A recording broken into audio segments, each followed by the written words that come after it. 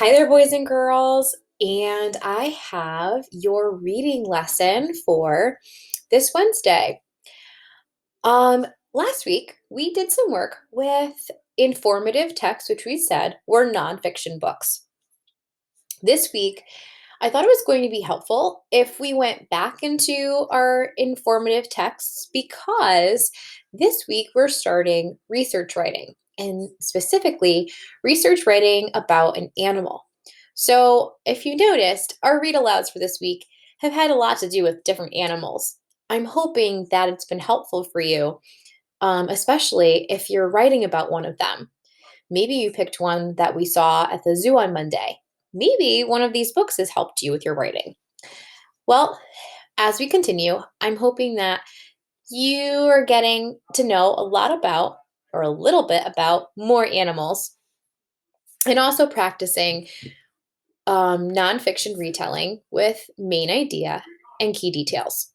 So let me show you my slides, and then I'll show you a book, and we'll go back and forth. Okay, let's get started. Informative text, nonfiction retelling, main idea, and key details.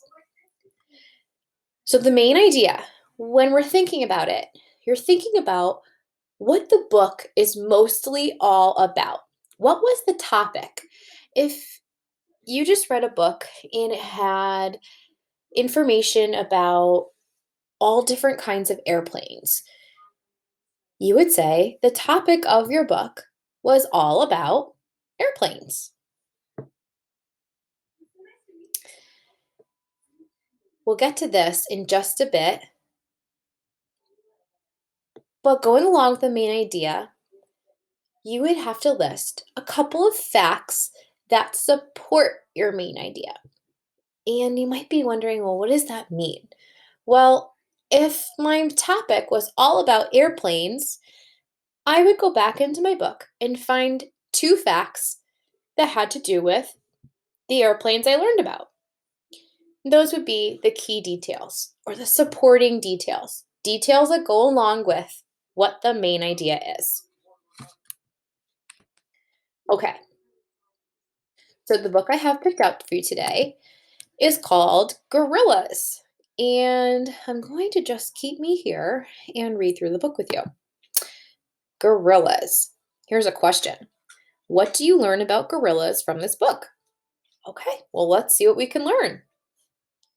This looks like a baby gorilla and maybe a mommy gorilla. This book was written by Kira Freed. Oh, did you spot the double E, long E vowel team? There it is.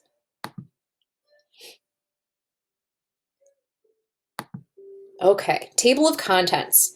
We have gorillas, gorilla families, gorillas show how they feel, gorilla smarts, gorillas in danger, and then a glossary. This map is showing us where gorillas live. So if you see yellow on the map of Africa, it shows you where gorillas live. So do they live all over Africa or just in a few different parts? I'd say they just live in a few different parts, and they seem to majority of them live on the west side of Africa and kind of in the middle of Africa. If I were to draw a line through the middle of Africa, I'd say that's along the middle of the line, but on the west side. Okay, let's open up. Gorillas. Gorillas are members of the great ape family. They live in the forests of Africa. Some gorillas live high up in the mountains. Others live in lowlands. The caption says, a mountain gorilla on the top eats leaves in a treetop. A western lowland gorilla on the bottom crosses a river. Many lowland gorillas live in forests or swamps. Gorillas have strong, heavy bodies. They are the largest primates in the world. Monkeys, chimpanzees, and humans are primates too. Gorilla, or a gorilla, on the top, is much larger and stronger than a monkey, bottom left, or a chimpanzee, bottom right. Gorillas can walk on two legs, as people do. Most of the time, they walk on their feet and hands. This type of walking is called knuckle walking. So when they're actually walking with their knuckles facing down. If I were to walk on my hands and feet, I would probably put my hands out in front of me like this, but they're tucking them in. Gorillas usually knuckle walk to move around. They can also walk using only their legs and feet, as people do. Gorillas mostly eat leaves, stems, bark, fruits, flowers, and wood. Some gorillas also eat snails and insects such as ants and termites. Gorillas build nests in trees or sleep on the ground. They never sleep more than one night in the same nest. They travel to different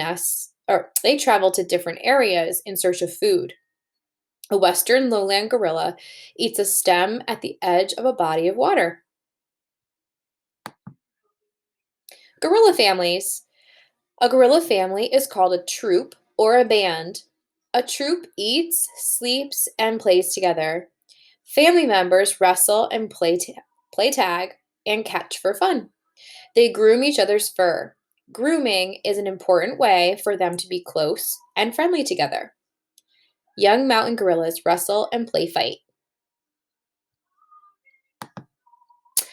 A gorilla baby nurses and stays close to its mother for a few years. It rides on her back to move around. A 5-week-old infant western lowland gorilla clings to its mother's back. Oh, look how tiny it is. It's so cute. When a male gorilla grows up, some of the fur on its back turns silver. The male is then called a silverback. The silverback's job is to protect the troop. A silverback gorilla is roughly 6 times as strong as a human being. That's really strong. Gorillas show how they feel. Sometimes gorillas' faces show how they feel. Their faces can show if they're happy, sad, or upset. Gorillas make crying sounds when they're upset. They make laughing sounds when they're tickled. Gorillas make faces to express many different emotions. So, this is reminding me a lot of humans, of people. Do our faces show when we are happy, sad, or upset? Yeah, you could tell a lot by someone's face. Gorillas have other ways to communicate. They whimper, scream, bark, and grunt. They even use smells to silently warn other gorillas of danger. A male mountain gorilla beats his chest as he makes a loud call. A woman named Francine taught a gorilla to use sign language. The gorilla's name was Coco.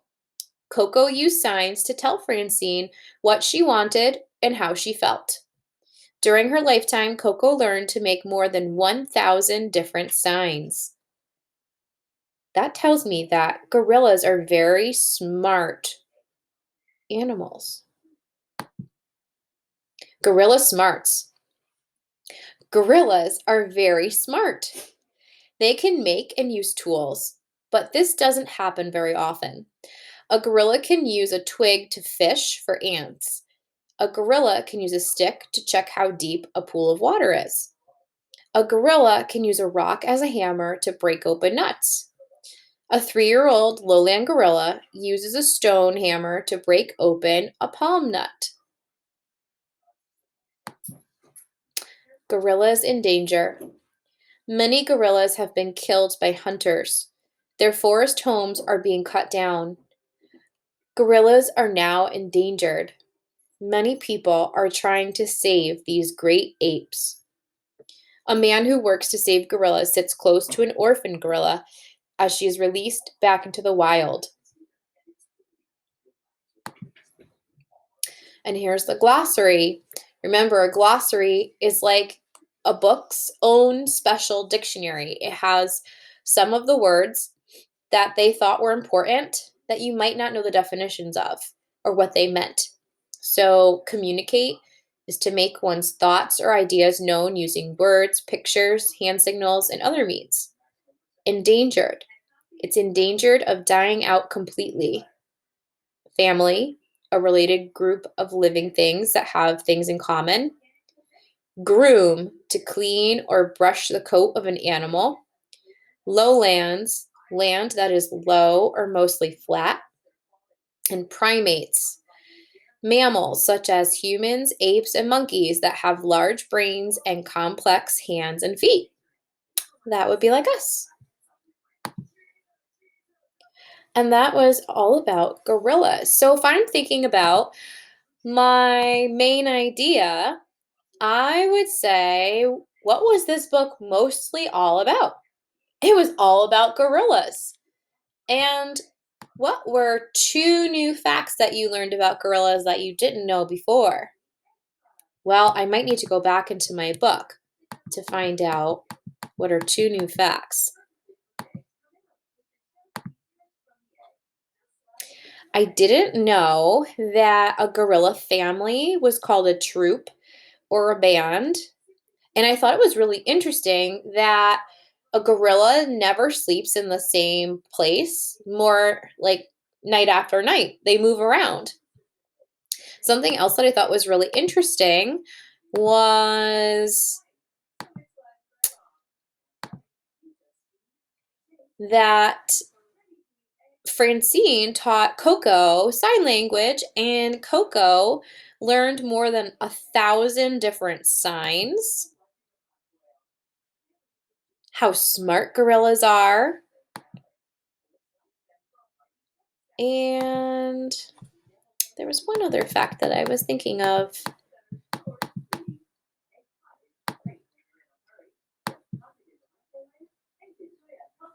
Oh, where they lived. I didn't know that some gorillas lived in the high up in the mountains and some lived in the lowlands. That was something else that was interesting. So, as you're reading today, and you might be reading a nonfiction book, be thinking about the main idea, what is your book mostly about, and think about two new facts that you've learned. Tomorrow, we're going to read another nonfiction book. We're actually going to fill in part of the page that goes along with this week's reading. And when you're all set, don't forget to share a picture with me so I can check in and see what wonderful work you're doing. Go on and do your best reading, readers.